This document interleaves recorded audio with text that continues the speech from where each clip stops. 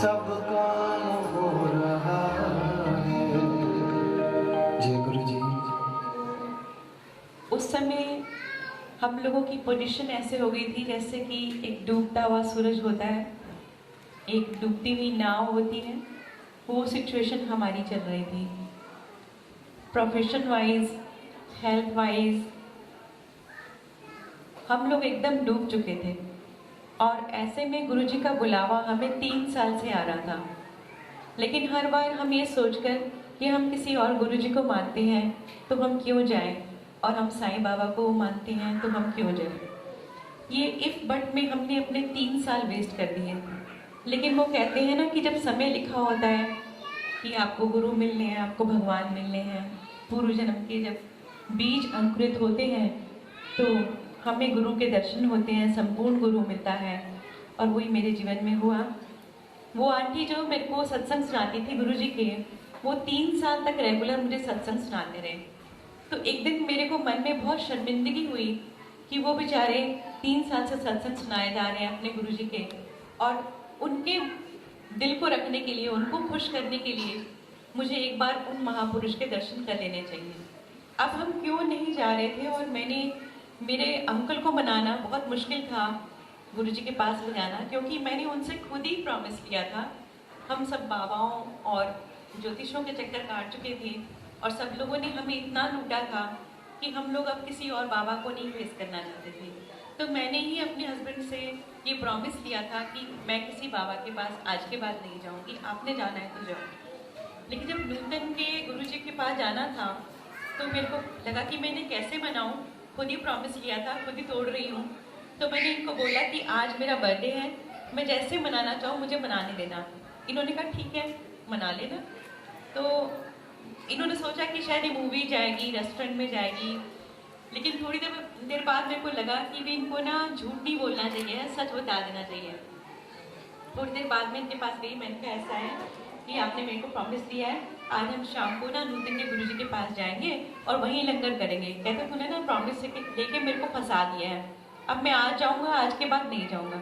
मैंने भी मन में सोचा कि मैं भी तो उसको खुश करने के लिए जा रही हूँ, मैंने कौन सा दोबारा जाना है। और हम लोग आंटी को फ़ोन करने लगे, आंटी को फ़ोन किया, कहने लगे कि भी आज शाम को हम गुरुजी के पास चलेंगे। थोड़े मेरे डाउट्स थे वो भी मैंने क्लियर करे कि भी हम जा सकते हैं, ऐसे में कि नहीं जा सकते। तो कहते नहीं गुरुजी क्या कोई वहम नहीं होता, आप आ जाओ। लेकिन गुरुजी के गद्दी पे बैठने से पहले हमें वहाँ होना चाहिए। जैसे एक टीचर के आने से पहले स्टूडेंट क्लास में होने चाहिए, वैसे ही जब गुरुजी का टाइम होता है बैठने के, जैसे आज आपको टाइम दिया गया है, तो हमें पहले आना चाहिए गुरुजी के आने से पहले। तो ये मुझे उन्होंने सिखाया। मैंने कहा ठीक है, मैं जिस समय आप बता रहे हो मैं आपके घर के बाहर कार लेकर आ जाऊँगी। तो कहने लगे ठीक है। मैं कभी भी सोती नहीं थी दिन में, लेकिन उस दिन पता नहीं क्या हुआ, मेरी गुरुजी के पास से आँख लग गई 4 बजे करीब, और मैं सो गई। दिन में सोती हूँ तो मुझे ड्रीम आता है और मैं छोटे मंदिर जहाँ पे मेरे को गुरुजी के पास जाना था, एम्पायर स्टेट, वहाँ पहुँच जाती हूँ सपने में। और गुरुजी चोले में बैठे हैं, बहुत सुंदर चोला है। और जैसे ही मैं वहाँ पहुँचती हूँ तो देखती हूँ कि एक ओंकार और ओम लाइट से बने हुए हैं और खुला आकाश है, उसमें गोल्डन ईगल घूम रहा है। तो मुझे बड़ी हैरानी होती है, मेरे को लगता है कि ये वही जगह जहाँ मुझे जाना है। तो जब मैं सो के उठती हूँ, मैं जल्दी जल्दी मैं इनको तो नहीं बता पाती, लेकिन जब वो आंटी मेरी कार में बैठती हैं तो मैं उनसे पूछती हूँ कि जहाँ हम जा रहे हैं वहाँ पे गुरुजी बड़े सुंदर चोले में एक गोल्डन सिंहासन पे बैठते हैं, एक ओंकार ओम लाइट से बने हुए हैं। तो कहने लगी बिल्कुल ठीक, तू तो बिल्कुल सही बता रही है, तू तो अभी गई भी नहीं, तेरे को कैसे पता। मैंने कहा ऐसे ऐसे मेरे को ड्रीम आया है और उसमें मैंने ये सब देखा है। तो कहने लगी तेरे को तो गुरुजी ने दर्शन दे दिए, तू ब्लेस हो गई। और यकीन मानिए मुझे कुछ समझ में नहीं आ रहा था कि क्या ब्लेसिंग होती है, क्या दर्शन है। मैं इसे कोइंसिडेंस समझ के कि कहीं जा रहे हैं तो सपना आ गया। हम पहुंचे तो गुरुजी वहाँ सेटी पे बैठे हुए थे, किचन के बाहर सिंहासन पे नहीं बैठे हुए थे। तो मुझे बड़ी हैरानी हुई कि गुरुजी कैसे बैठे हुए हैं, ये तो चोले में नहीं है, तो कैजुअल वेयर्स में बैठे हुए हैं, जॉगिंग शूज़ पहने हुए हैं, बड़े अच्छे स्टाइलिश। तो गुरुजी ने पूछा कौन है, तो मेरी फ्रेंड बोलेगी मेरी फ्रेंड है, कच्ची पक्की। मेरी फ्रेंड बोली पक्की।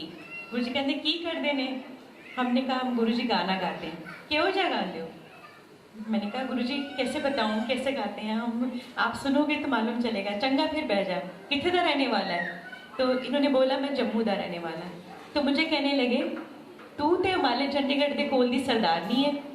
और यकीन मानिए कि मेरे पैरों से ज़मीन जैसे खिसक जाती है ऐसे हो गया और मेरे रोंगटे खड़े हो गए, क्योंकि ये बात कि मैं सिख बॉर्न बेबी हूँ मेरे इन लॉज तक को भी नहीं मालूम था।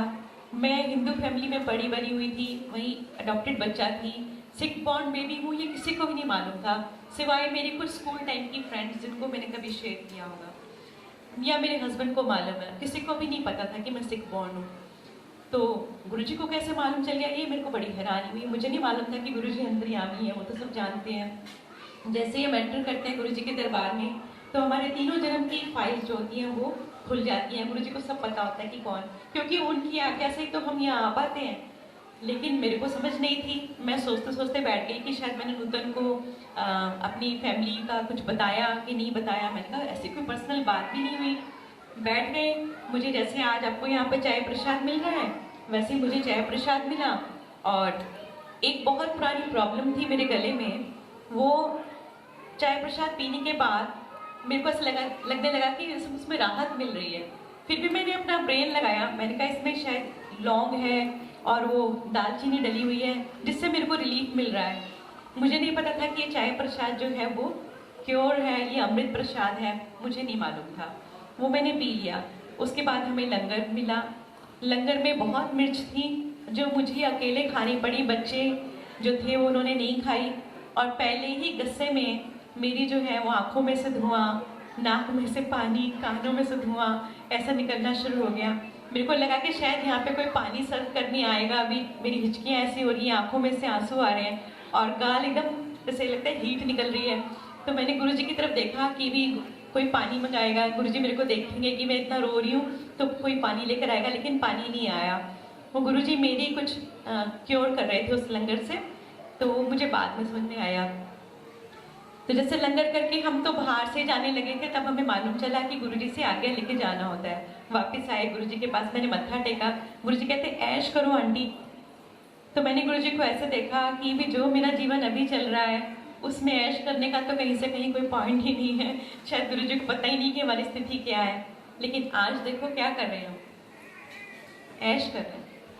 तो ये फर्स्ट डे गुरुजी ने मेरे को ब्लेसिंग दी। अंकल ने मत्था टेका तो गुरुजी कहने लगे वीरवार को आई तो 5.25 ग्राम का सोने का ओम बना के ले आई।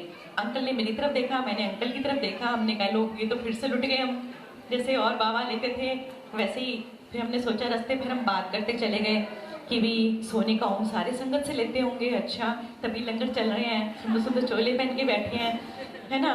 तो वो एक नेगेटिविटी हम लोगों के दिमाग में थी, वो हम घर लेकर गए।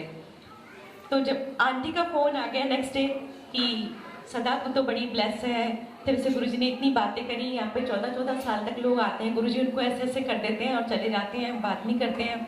तो मैंने कहा मुझे तो कुछ समझ में नहीं आ रही तो क्या बोल रही है, लेकिन हमारे घर में तो कलेश पड़ा है, हम नहीं जाएंगे दोबारा। कहने लगी पागल है, तेरे को गुरुजी ने इतनी अच्छी ब्लेसिंग दी है, तेरे को जाना है। मैं परेशान, मैंने कहा अच्छा चलो कहीं मन में कोई वहम ना रह जाए, पर पहले ही हमारे इतने पुराने मतलब सब काम नहीं हो रहे हैं, वहम है, तो अगर ये सोने का ओम नहीं बनाया तो हमारा और कहीं कुछ बुरा ना हो जाए। ऐसा वहम मतलब दूर करने के लिए हमने सोने का ओम बनाया लड़ते झगड़ते, और गुरुजी के पास पहुंचे नेक्स्ट थर्सडे। गुरुजी को हर चीज़ याद रहती थी कि किससे उन्होंने क्या बात करी है। वो अंतर्यामी थे, जैसे हजारों बाल होते हैं ना सर में, और हमें नहीं पता होता कितने हैं, लेकिन एक भी बाल खिंचता है तो हमारे सर में दर्द होती है ना। ऐसे गुरुजी हैं, उनको हर संगत की पता होती है, घट घट के पट पट के जाने। तो जैसे हम पहुंचे तो गुरुजी ने बोला ले आए, तो हमने कहा हाँ जी गुरुजी। हमने बड़े उदास मन से गुरुजी को ना वो सोने का ओम निकाल के दिया। तो गुरुजी ने हाथ में लिया, हम भी देखते रहे कि गुरुजी मतलब रख लेंगे इसको अपने पास। तो गुरुजी ने इनकी डेट ऑफ बर्थ पूछी और कहने लगे मंडे को ना काले धागे विच एनू गले विच पा ली। हमने एक दूसरे को देखा, एकदम राहत की सांस ली, अरे ये तो हमें वापस मिल गया। तो हमें लगा कि गुरुजी वैसे बाबा नहीं है जो मतलब सबसे ऐसे लेते होंगे। तो मेरे को लगा कि ये सिंगर है तो इसलिए इनको गुरुजी ने ब्लेस करके ओम दिया है कि नज़र वज़र ना लगे, इससे कुछ मुझे नहीं पता था कि ये क्या ब्लेसिंग है। तो मैंने गुरुजी को बोला गुरुजी मेरे वास्ते, कि शायद गुरुजी को ये नहीं पता कि मैं भी गाती हूँ। तो मैंने बोला गुरुजी मेरे वास्ते भी दे दो ब्लेस करके। तो गुरुजी कहने लगे ਤੁਹਾਡਾ ਇੱਕੋ कनेक्शन हैगा तो मैंने मन में बुड़बुड़ किया, मैंने कहा देखो श्रद्धा से तो मैं लेकर आई हूँ इनको, और मैं आई हूँ और ये तो मानते भी नहीं है और इनको दे दिया। लेकिन वो क्या थी गुरु जी की लीला, ये तो वही जाने, वो परमात्मा हमको बताया कि भी क्या करना है क्या नहीं करना। तो ये हमारी सेकंड मीटिंग गुरु जी से थी। और मैं आपको एक छोटा सा सत्संग तो मेरे साथ तो गुरु जी ने बहुत सारी लीलाएं करी हैं, लेकिन चाय प्रसाद का मैं बताती हूँ। शरद पवार जी एक बार आए गुरु जी के पास, उनको पैरालिसिस हो गया था और चाय प्रसाद उनको सर्व की गई, तो उन्होंने मना कर दिया कि मैं नहीं पी सकता। फिर बहुत इंसिस्ट करने पर उन्होंने आधी चाय प्रसाद ली और आधी छोड़ दी। तो उनका आधा फेस तो ठीक हो गया, आधा ठीक नहीं हुआ। उन्होंने गुरुजी को फ़ोन करवाया कि भी गुरुजी को बोलो कि मेरा आधा फेस ठीक हो गया, आधा नहीं हुआ। तो गुरुजी ने कहा जी उस दिन वो पूरी चाय पी लेंदा, चाय प्रसाद, तो उसका पूरा फेस ठीक हो जाना सी, लेकिन उसने अपनी आधी ब्लेसिंग छोड़ दी तो आधा ही हुआ। इसलिए मेरा आपसे ये हाथ जोड़कर विनती है कि जो भी आपको यहाँ प्रसाद मिलेगा, लंगर प्रसाद भी, अगर आप नहीं खा सकते हैं तो किसी के साथ शेयर कर लें, उसको प्लेट में नहीं छोड़ें, चाय प्रसाद की बूंद ना छोड़ें एक भी, ये आपकी ब्लेसिंग है। क्योंकि यहाँ गुरु जी विद्यमान है, ये चाय नहीं है, ये चाय प्रसाद है।